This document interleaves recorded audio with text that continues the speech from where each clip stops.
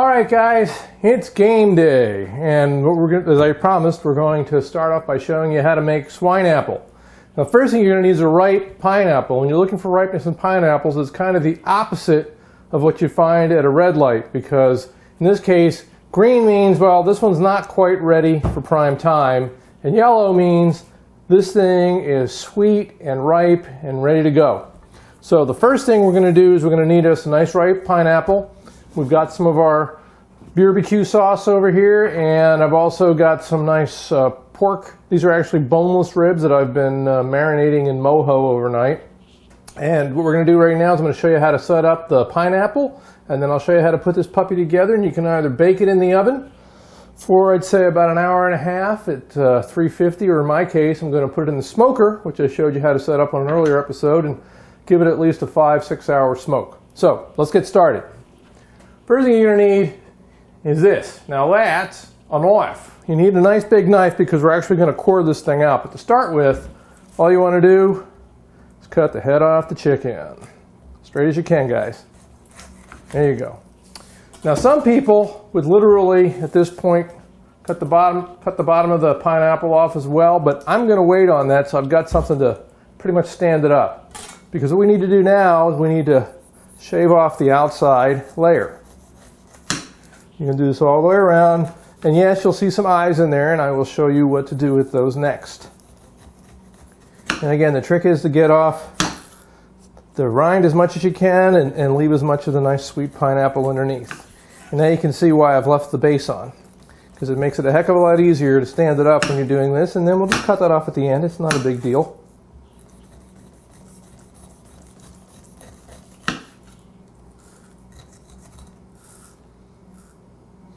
And again, the trick is not to be perfect, but to try not to leave very much of the rind. So you might need to go in there and shave a little bit here and a little bit there until you get all the meat exposed. But it's not a really difficult procedure. It just takes a couple of minutes and a good sharp knife. And then once we get that done, I'm going to show you how to take the eyes out, because they don't add any flavor to the equation either. All right. So there you go. Now you got what I call spot. All right. Okay. Now what I'm going to do is I'm going to employ Mmmm-mmm. It's just a little knife, and there's a couple of different ways you can do this. But what I like to do, because it kind of makes it look cool, is I'm going to kind of spiral it. Because if you'll notice, these things line up in a downward sloping fashion. So you can just cut them out. Just keep on following the bead all the way around. And yes, the next row will line up, and the next row will line up. So what you're going to do is two things. You're going to get all the eyes out of this puppy, plus, even better, you're going to make this thing look really cool. Because when you're done, what you're going to end up with is kind of a big corkscrew. Plus, like I said, you're going to remove these inedible eyes at the same time.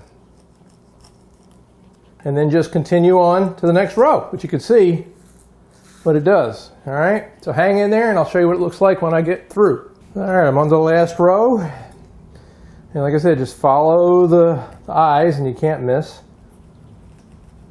And when you're done, what you're going to wind up with is one jumbo pineapple corkscrew, which looks pretty cool. But now it's edible. Then you might have to go through there and clean up a couple of the little pieces you missed here and there. But it's a heck of a lot better than it was before. Let me tell you that. Make sure you get all the chunks out that you cut. There's one piece right there. Get out. There you go. There you have it. Now you can take Mr. Knife and cut the base off. All right. So now we're to this point of the procedure. Now we go back to the big boy, because now what we're going to need to do, let's make sure we got that centered, is now we're going to need to drill down straight down the middle. You want to push straight down and make it as straight as you can, folks, and that's why you need one of these bad boys, because what we're going to do is we're going to cut the core out of this thing from the inside out, and you're going to stuff this with the pork. Be careful with the knife, obviously. But if it's ripe, it shouldn't have all that much resistance.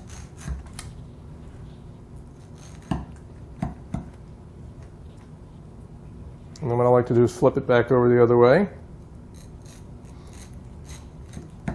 And you'll be able to feel the bead pretty much underneath it. And this is why you need to get a fairly substantial pineapple too. You don't want one of these little mini pineapples, because what happens is you won't have enough room to pack the pork in there. And this is all about pork packing, guys. All right, now let's flip it over. And if we've done our job, voila. Now we've got the basis of our Swineapple. And if you give me a minute, I will finish cleaning this thing up, and then I'll show you what to do next. All right. Now we've got our pineapple corkscrew here. What we're going to do, I'm going to start taking some of these. I'm going to roll them around a little bit in the sauce. Might as well. This is what we're going to be using on the outside of it. And then what you need to do, you need to pack as many of these puppies inside the pineapple as gravity and your fingers will allow. And I mean, I want to really stuff these little puppies down there. Just make sure you hold on to it, because you don't want to break the actual pineapple. All right, what I'm actually going to do, I'll cut these in half. Because again, if I make them thinner, I can usually pack a little bit more of them inside. And again, this will help them kind of slip and slide together here. I'll put the fat side down. I'll follow it with one of these. And again, you want to get as much pork into the middle of this puppy as you possibly can. In fact, the tighter the fit, the better.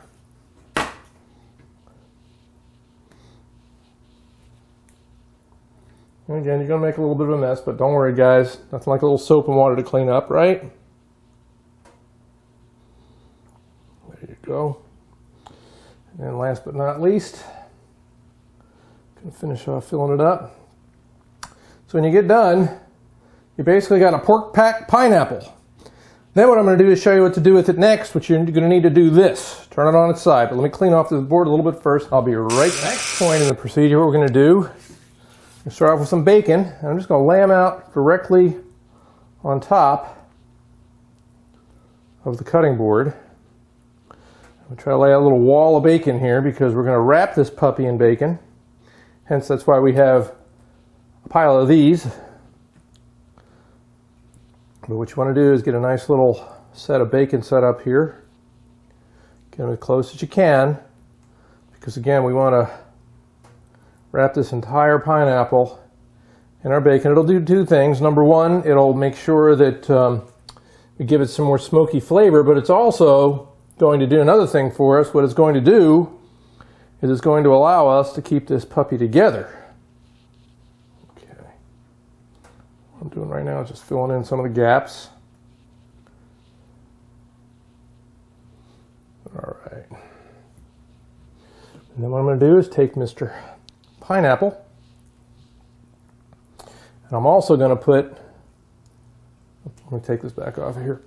We're going to take Mr. Pineapple and lay him down in a minute, but what I'm also going to do is I'm going to put a couple of pieces right over the top so that we can not only seal it, but keep the pork from falling out. Some people actually put the bottom of the pineapple back on, and what you'll notice is the bottom really doesn't need much support because of the fact that it's, you know, it's a corkscrew. So I kind of cross those over to seal it. And then what I'm going to do is I'm going to put the bacon around it.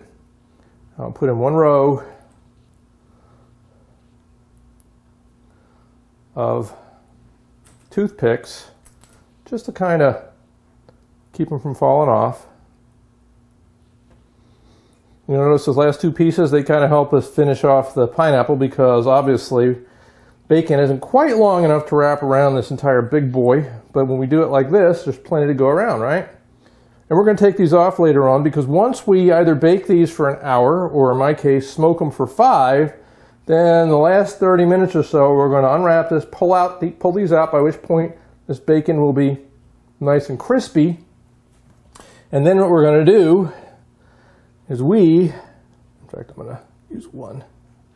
What we're going to do is we're going to be able to baste these in some more of the beerbecue sauce, just to give it that final touch. And then you're going to have a nice glazed swine apple.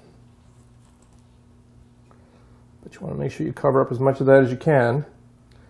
And then what I'm going to do, since I'm going to smoke it, and I suggest you do the same if you decide to use the smoker variation of this recipe, is I am going to put a chicken right underneath this bad boy.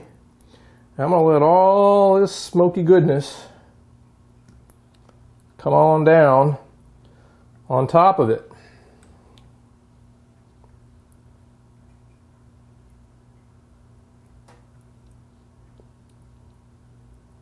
There you have it. It's your basic swine apple. And then what we're going to do is we're going to pop this either on a baking dish and put it in the oven, or in my case, I'm going to pop it out onto the smoker, and we're going to smoke it for about 5 hours. So we'll come back when we get to the next phase. You'll notice I put some bacon around the fat end, not the thin end, because it's not going to pop out there. Kind of looks like a hedgehog, doesn't it, right now? But it's really going to be nice and smooth when it's done, because what's going to happen is the bacon is going to crisp up, and then at the end what we're going to do is we are going to slather some sauce on the top of that and get it nice and glazed. But that's coming up down the road. And again, with the rest of these pieces, all the other pieces of pineapple that you've got in there, you just put them on top.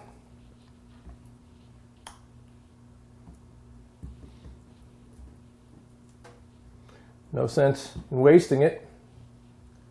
I'm going to turn this into a little mini swine apple bake. I'll put that in the oven at the end when we're doing we're getting ready to do the sweet potato fries. Now for the moment you've all been waiting for. Over here we have, drum roll please, our chicken.